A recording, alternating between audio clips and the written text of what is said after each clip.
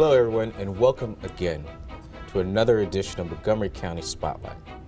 I am Jared Smith, president of the Montgomery County chapter of the Maryland Municipal League and a council member in Takoma Park. Our guest today is Suzanne Ludlow, city manager for Takoma Park. It's a pleasure to have you. With me co-hosting and a member of the board is Marnie Shaw, council member of the beautiful Somerset, Maryland. Thank you. Thank you, Marnie, for joining us. The last time we talked about tax duplication, our guest was former Mayor Bruce Williams. Bruce gave viewers the history of tax duplication, an issue hotly debated throughout Montgomery County for over 20 years. However, this seems to be the year that Montgomery County jurisdictions are going to be able to come up with a deal that the county elected officials will be able to sign off on. Susie, could you tell us a little bit about yourself and how long you've been working on this issue and why you think this can get resolved at this particular point in time? Absolutely. I'm glad to be here. I started with the city of Takoma Park in 1993 and started working on this issue in 1998. Wow.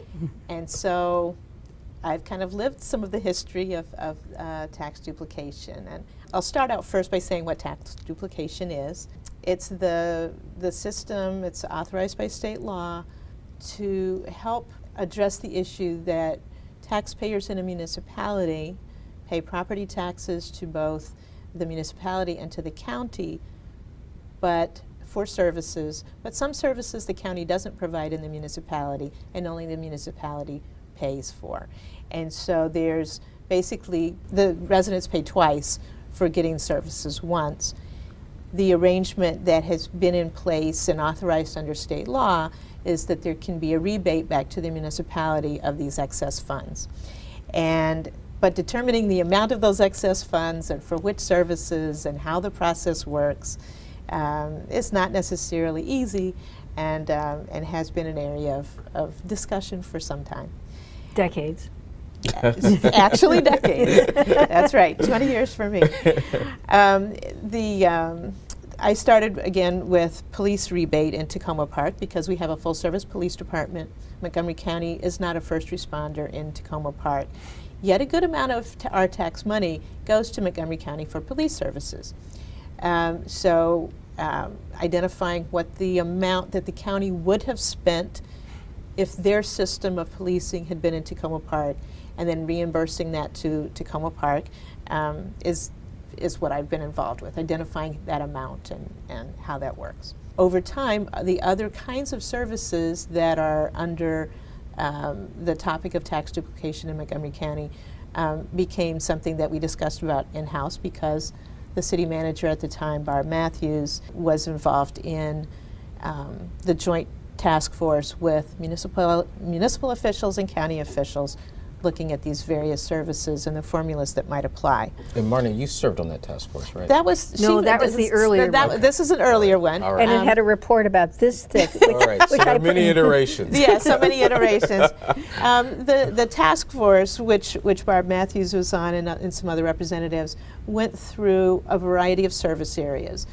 The biggest and most important one is road maintenance, and I'll go back to that in a moment.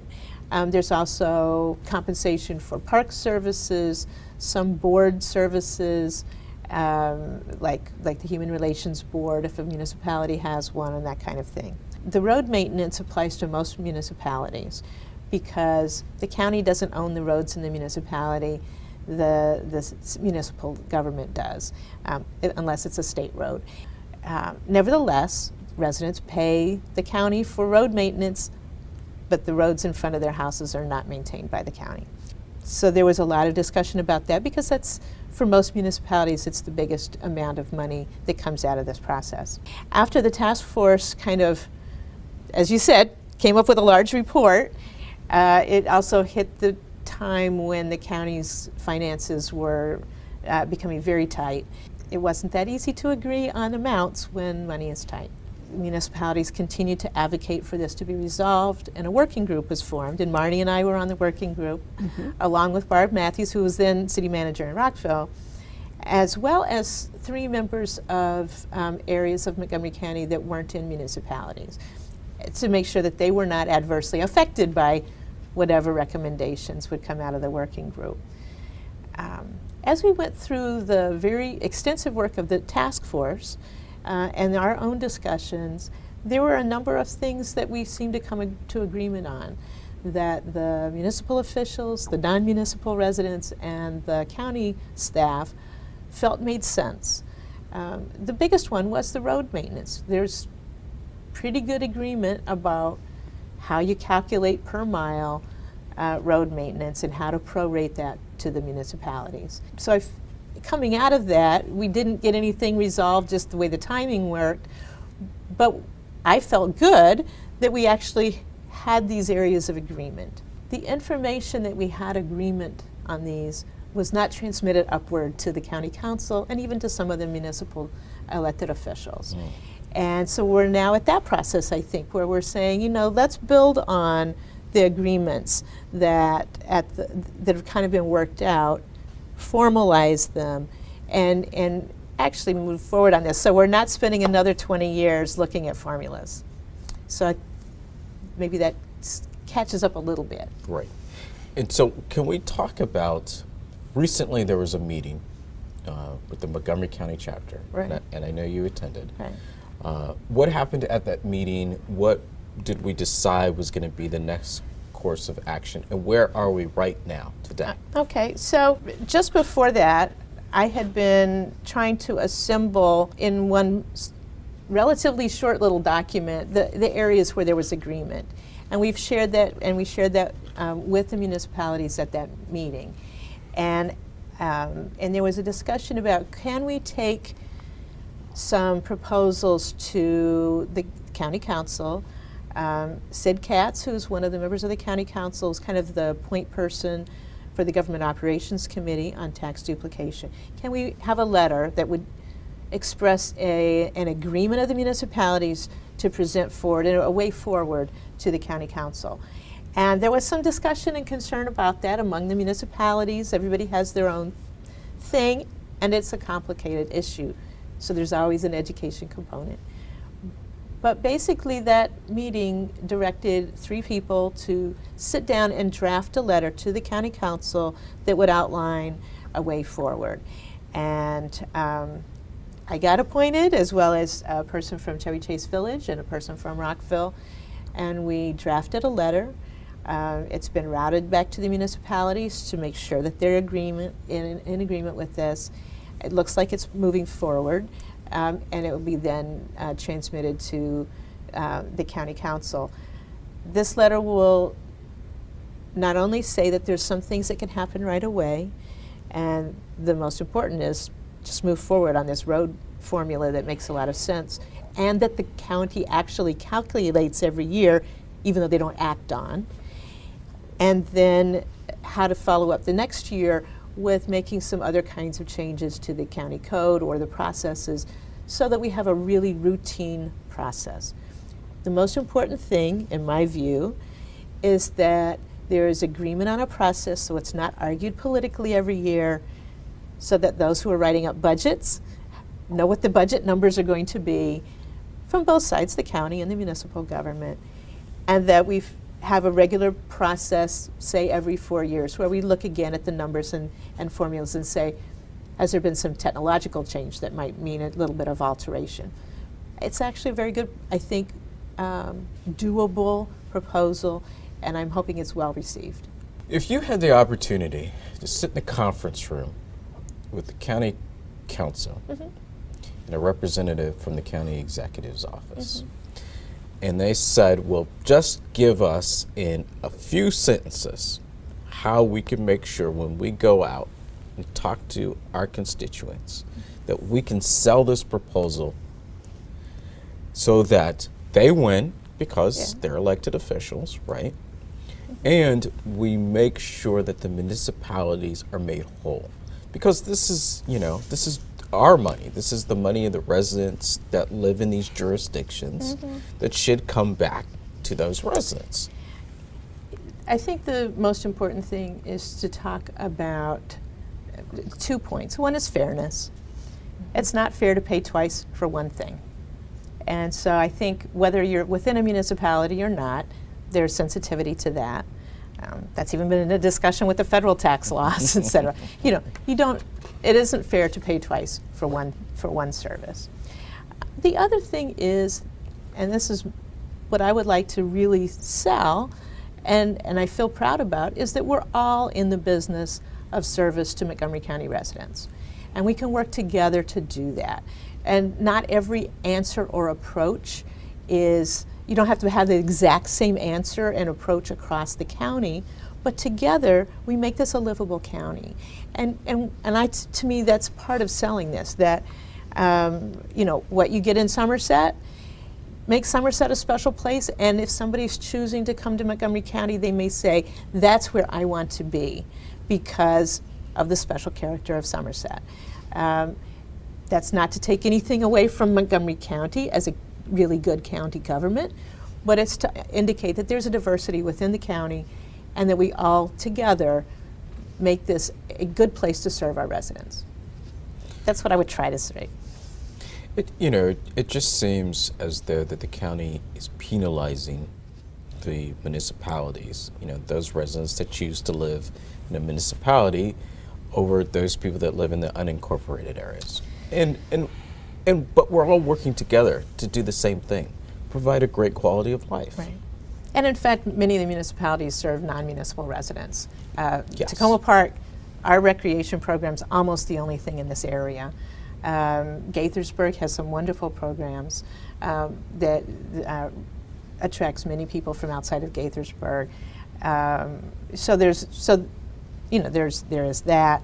Even in a small place like Somerset, we do things to help out the school. Exactly. There's which is in many our reports boundaries. of that. Yes, so there are things that we do on behalf of entities that are not municipal entities. Exactly. I think even the folks who are in the non-municipal areas also recognize fairness as a basic right.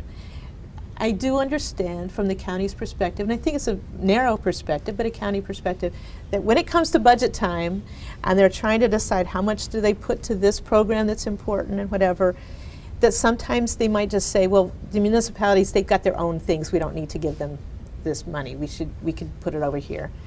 And first of all, in total, it's not a lot of money in the county budget. And second, there is that fairness, and there's not recognition. For example, when they're talking human service programs, how much we actually do to help provide human services, even though that's not our charge. And so it's just taking a step back a moment and saying this is the fair approach, and we're all in it together. I think one of the fortunate things about this particular point in time is we do have members of the county council who have been municipal officials who I think can better hear some of the discussion we're bringing up. And one of the things that they often appreciate is the need to have some firm idea of what the budget's going to be in advance. So there's an understanding. If you work for a municipal government and then you find out the month before the budget's to be voted on that the major numbers have changed, right, that's very disruptive. It's not fair to anyone. And so there is some sensitivity, I think, to the need to have this be a really regularized program. So do you really think we're going to be able to move forward? Are you really encouraged? I'm very encouraged in that I think that the proposal is a very strong proposal. I think it's a doable proposal. It doesn't add a lot of busy work by staff and that kind of thing. It's things that they already do. It's standard formulas. It's standard base information. I think it's simply the point that if they paid the road maintenance costs, that's more than they pay now, and that's not counting the other kinds of things. So there's a budget impact. That's part of the discussion.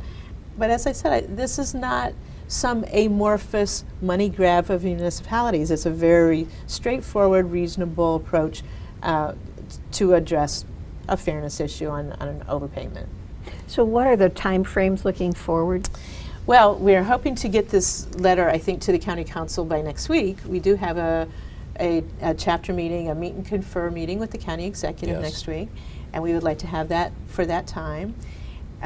We would like to have some actions by the county council before their elections, the session that puts the budgeted number in for road maintenance and for Takoma Park Police, because that's kind of a separate category, and sets up a process and has this current council adopt a process for regular updates. One of the things we're concerned about is that we have fairly significant county elections coming up, and we've done a lot of education over the years of our existing county council. We'd rather them take some steps now to formalize this rather than start from day one with new county council officials that they have to learn the reasons and the history of it. So I think we have done education in the past. This is a good step forward, so I am optimistic. And I think another piece of that is the county staff knows the issue. The county staff does know the issues, and they know that this isn't, the current system isn't fair. Right. The numbers are just actual numbers, and so it's not a debatable thing. It's some actual financial information. Is there anything that you would like to add about this issue that we didn't capture? I think the main thing that I'm happy about is that the municipalities are working together and trying to do this together. Sometimes it's hard to focus on topics like this, and I feel really good about that. And I also feel that, as you said, the county staff does know the issues. So I'm mostly just optimistic that we have a reasonable proposal to put forward. And I feel like it's time. I don't want to actually keep doing this for another 20 years. I'll be glad to have this memorialized, Yes. so that others can pick it up when it comes, or just a regular time for a refresh. Great, good. Well, Susie, thank you for joining us I'm today. really honored to be Appreciate it. Marnie, thank you for co-hosting. You're welcome. Hope to see you again in the chair. Thank everyone for watching Montgomery County Spotlight, the show where thought leaders discuss the biggest issues in our region. Thank you.